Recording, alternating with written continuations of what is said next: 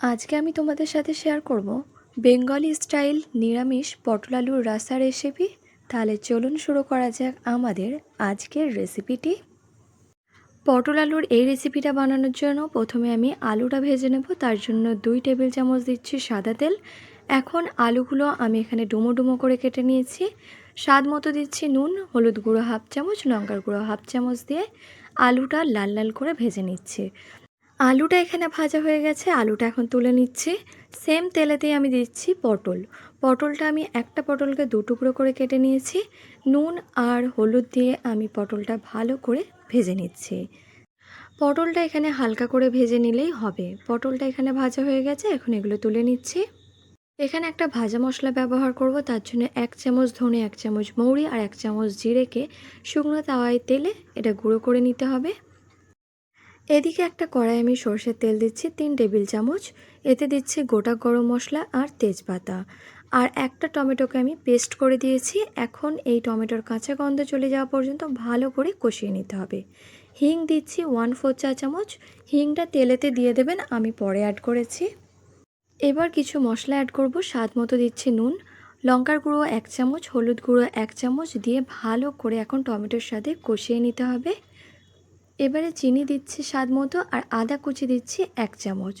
এখন মশলাটা তেল ছাড়া পর্যন্ত ভালো করে কষিয়ে নিতে হবে। এই যে দেখুন, এখানে মশলা থেকে তেল অনেকটা ছেড়ে দিয়েছে। এখন অল্প পানি অ্যাড করে দিচ্ছি। মাঝে মাঝে অবশ্যই পানি অ্যাড করবেন যাতে মশলাটা জ্বলে না যায়। মশলাটা এখানে আমার ভালো করে কষানো হয়ে গেছে। এখন এতে পটল আর আলু যে ভেজে রেখেছিলাম সেটা অ্যাড করে দিয়েছি।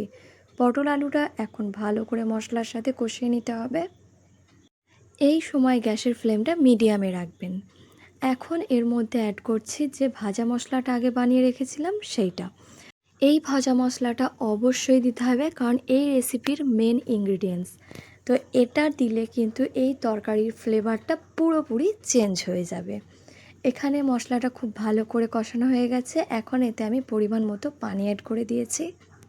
এখন এই তরকারিটা পুরোপুরি সিদ্ধ করে নেব। এই যে দেখুন, তরকারিটা এখন আমাদের পুরোপুরি সিদ্ধ হয়ে গেছে। আলুগুলো আমি একটু মাখো মাখো করে নিয়েছি। পটল আলুর রাসা এখন পুরোপুরি রেডি।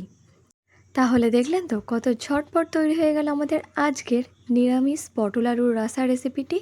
আশা করছি আমার রেসিপিটি ভালো লেগেছে। ভালো লাগলে অবশ্যই একবার ট্রাই করবেন, আর কেমন লাগলো আমাকে কমেন্টে জানাবেন। আজকে আমি তোমাদের সাথে শেয়ার করব লাউ দিয়ে মুগ ডালের রেসিপি। চলো তাহলে রেসিপিটা শুরু করা যাক। এই ডালটা বানানোর জন্য প্রথমে আমরা মুগ ডাল নিয়েছি 1 কাপ। মুগ ডালটা প্রথমে একটু ভেজে নিতে হবে। এখানে মুগ ডালটা আমি হালকা করে ভেজে নিয়েছি। এখন এতে পানি অ্যাড করে মুগ ডালটা ধুয়ে নেব। মুগ ডালটা ভালো করে ধোবার পর আমি এখানে পানিটা ফেলে দিচ্ছি এবং মুগ ডালটা নিয়ে নিয়েছি। এখন এতে ফ্রেশ পানি দিয়ে দিচ্ছি 1 কাপ আর দিচ্ছি লাউটা আর মুগ ডালটা দিয়ে এখন আমি এটা ভালো করে সিদ্ধ করে নেব। কড়াইয়ে দিচ্ছি 2 টেবিল চামচ সরষের তেল, একটা তেজপাতা আর একটা শুকনো লঙ্কা আর 5 ফোড়ন দিচ্ছি 1 চামচ। একটু ফোড়ন তুলে নিচ্ছি। ফোড়ন তোলার পর দিচ্ছি সেদ্ধ করা ডালটা দিয়ে ভালো করে মিশিয়ে নিতে হবে। ডালের ঘনত্বটা আপনারা আপনাদের পছন্দ মতো অ্যাড করে নেবেন। ডালটা এখানে ভালো করে মেশানো হয়ে গেছে। অল্প পানি অ্যাড করে দিচ্ছি, স্বাদ মতো দিচ্ছি নুন আর হলুদ গুঁড়ো দিচ্ছি 1 চামচ।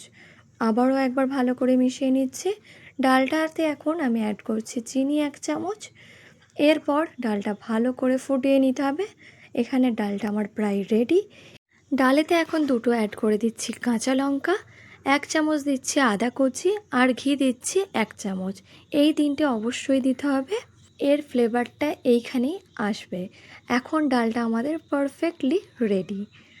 তাহলে দেখলেন তো কত ঝটপট তৈরি হয়ে গেল আমাদের নিরামিষ লাউ দিয়ে মুগের ডালের রেসিপিটি।